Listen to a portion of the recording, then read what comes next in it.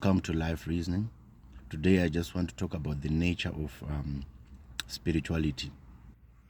Please note that the words that I use in this reasoning is or all the reasonings that we have done before, they are just for the sake of communication. They are not really accurate because the mind cannot really tell what's spirituality and what is not. So I try by all means to find words that I can just use so that for the sake of understanding.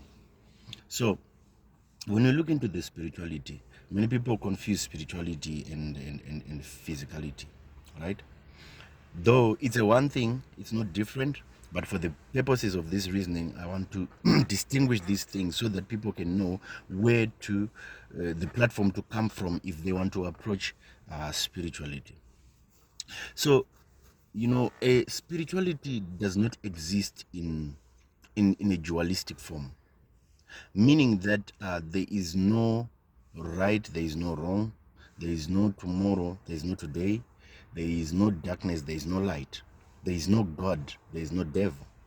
You see, spirituality, a happening is a happening, and there is only a unison of existence. So, identifying something, trying to name something, it comes from the physical existence of this earth. Why so? Because in the physical existence of the earth, there is always, or there should be, a balance. There should be a positive and a negative. That's why we have got the day and we have got the night. We have got today and we have got tomorrow. We've got happiness, therefore there should be sadness. You see?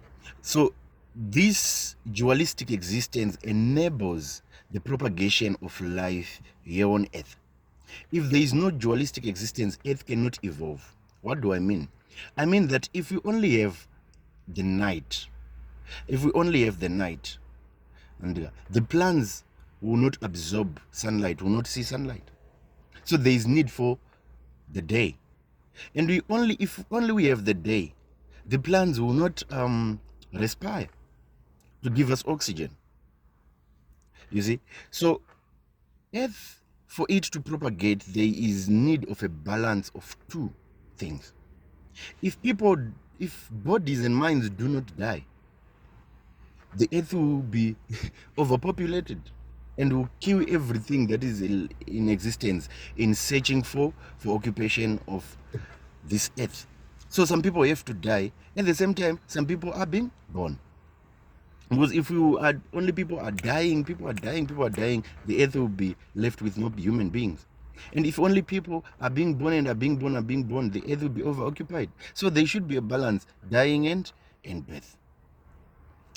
So the earth always come in duality, in dual existence. Today you are happy, tomorrow you can be sad.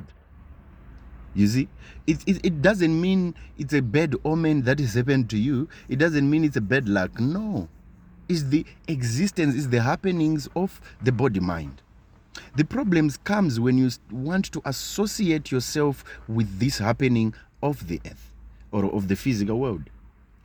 When you are happy today, you want to identify yourself as a happy person. When you are sad tomorrow, you start to identify yourself again as a sad person. Or you start to accuse yourself that you have bad luck, witchcraft is on you, stuff like that. That's when the problem comes. But now, the reason why it is a problem is because you associate yourself with the dual existence of the earth, of which the earth is just a happening, which must never in any way affect you, because you are beyond that. You are from the spiritual. The spiritual now exists in unison. There is no good, there is no bad, there is no today, there is no tomorrow. So when you're coming from the unison platform, just like God is meeting Moses in the Bible. Moses is asking who you are. God is saying, I am. And Moses says, you are who? God says, I am that I am. Why? God cannot identify himself, because the moment he identifies himself, he has put himself in a dualistic existence. So he remains as the I am. I am is sad, I am is happy, I am is what? He cannot identify himself with that. He remains the I am. Therefore, now, that is the same with us. In spirituality, there is only a happening. Why a happening? Because God is one and nothing can exist unless it exists out of God. Nothing can be there unless it is emanating from God. Why? Because God is the only source of life. So anything that exists from a universal God, unison, not in a dualistic form.